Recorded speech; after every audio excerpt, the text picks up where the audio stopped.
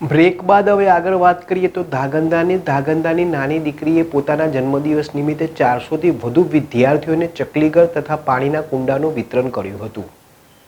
પ્રકૃતિનું જતન કરવું દરેક મનુષ્યનું કર્તવ્ય છે. પ્રકૃતિ એ આપણી સંસ્કૃતિ પણ છે. આજના ગ્લોબલ વોર્મિંગમાં નાનામાં નાના સૂક્ષ્મ જીવો, પક્ષીઓ, પ્રાણીઓ માટે રહેઠાણ, ખોરાક અને પાણી અમૂલ્ય છે. તેમાં એ કાળઝાળ ગરમીમાં તો ચકલી જેવા સૂક્ષ્મ પ્રાણીઓ રહેઠાણ, ખોરાક અને પાણીની શોધ કરતા હોય છે.